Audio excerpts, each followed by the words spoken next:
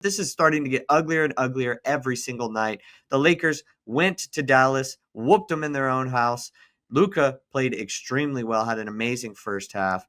The sights and the scenes were unbelievable. Mark Cuban in attendance, Dirk Nowitzki in attendance, legends for the Mavericks, pretty much hiding their eyes at the fact that this team traded their star franchise player.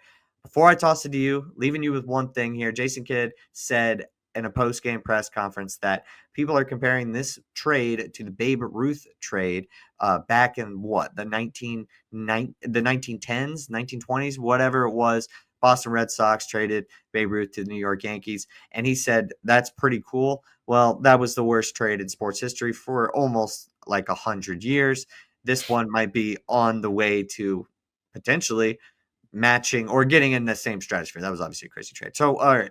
So that was just insane. We're rolling back on this same topic. What did you think when you saw this game? Yeah, it was just I everyone kind of knew that Luka was gonna go off. He's like crying post game, like trying to hold back tears. The Mavericks fans are rooting for him. Everyone kind of is. It feels like he was done the dirtiest. Obviously, there's reports that came out after this that he had just recently bought a home in Dallas, and by all accounts, it looked like he was going to resign. I know Trae Young had his own take on that on X as well. It's just really disappointing to see where this Mavericks franchise, like how far from grace they've fallen at this point. They are one of the playing teams that you just expect are going to get mopped pretty easily, and like the 9 and 10 seed in the Western Conference, they just probably aren't going to do anything. So it's just really sad, especially because of the fact that the Lakers before this didn't look all that threatening, and now you make it so that one of the most hated franchises in all of the NBA has a superstar for years to come, if not like a decade plus to come. And not only did you like reverse engineer your own franchise and kind of just tear your own franchise apart from the inside, you made one of the most hateable franchises in all of sports, like a ton better, and maybe one of the contenders to make it out of the Western Conference this year, when that was what you were trying to do with the Anthony Davis trade. Obviously things go wrong. Anthony Davis gets hurt, Kyrie Irving gets hurt, the pieces around them aren't good enough to like keep them afloat throughout that stretch where they are both injured. Kyrie Irving obviously out for the season. But I mean, just watching this game, it was so stark the difference in quality of basketball that the Mavericks and the Lakers are currently playing, even with Anthony Davis on the floor. And it's just really sad to see, because you had so much potential with Luka Doncic. You are coming off a year where you literally just made the finals. That could be him on your team dropping 45 points. Instead, he's in a Lakers jersey dropping them against you. And I think the title card probably says it all. You probably need to get rid of Nico, unless we talked about this before.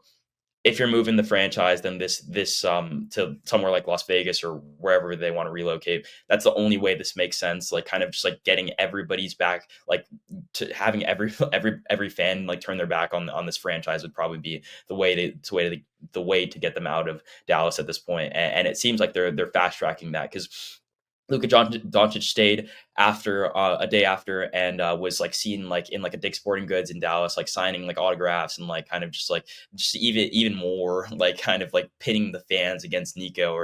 That's not what he was trying to do, but just like showing all the love that he had for the city and appreciation that he did it. And it just bodes the fact that like anyone who's saying that he probably would have resigned is probably correct. And it's kind of crazy that they just shipped out a once in a generation type player. It's just awful. I don't know like how much I bought into the whole, oh, they're trying to move this franchise thing when the trade initially went down. You know, it was something that Bill Simmons tossed out there. But I'm just starting to think I don't know how you recover from this as a franchise. I mentioned this to you before we got on this. I think in 2 years, this team's going to be a lottery team. They're going to be a team vying for the first overall pick again. They're going to be terrible. And you know, the second player who got done the dirtiest was Anthony Davis, because he's almost been put in an impossible situation. Injury prone, aging star who no shot he's going to be able to carry this franchise is now stuck in Dallas. I mean, I get it. Some people don't ever feel bad for any NBA players, but like when it comes to what is going on with this entire situation, everybody involved except for the people who orchestrated it, like I feel bad for. And Anthony Davis isn't going to solve any of these issues. Kyrie Irving, in my opinion, is gone. I mean, good is gone. Like, there's no shot he stays with Dallas. And this team isn't going to win more than 25 games in 2027. And I don't even know how many games they're going to win next year.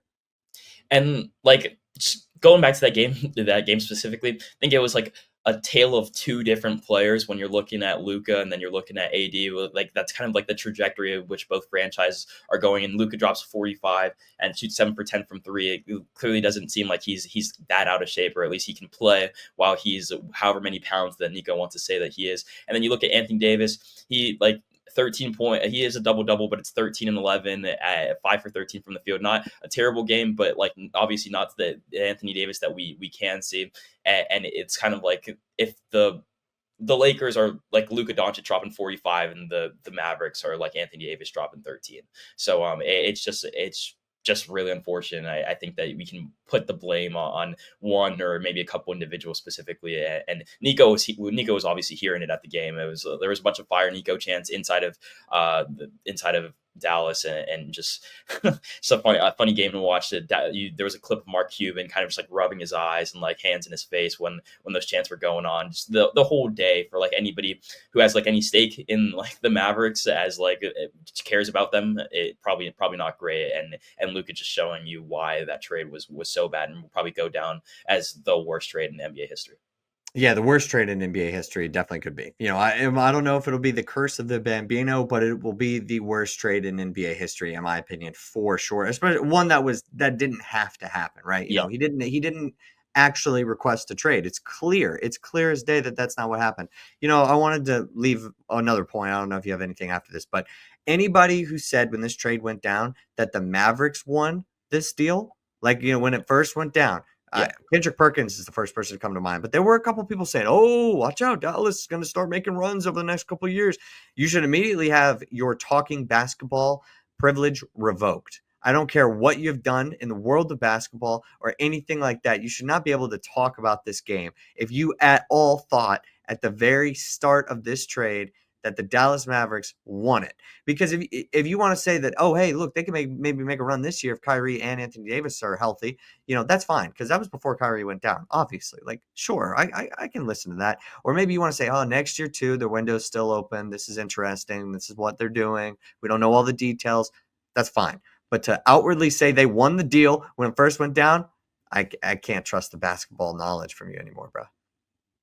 Yeah, and I mean, if we're going by Kendrick Perkins, he's had a lot of interesting takes over the years. So his basketball license is already teetering on the edge. But yeah, for him to so staunchly be so passionate about the Dallas Mavericks, who it might the trade has gotten so bad that people are genuine. Like there's genuine questions on if the franchise is like trying to get moved. That's how bad this trade was. So I tend to agree with you that anyone who was like super hard on the fact that the Mavericks might have come out on top of this trade, and that's not saying Anthony Davis as a star player. He's just an aging, fragile superstar who they traded for one of probably is going to go down as one of the best players of all time.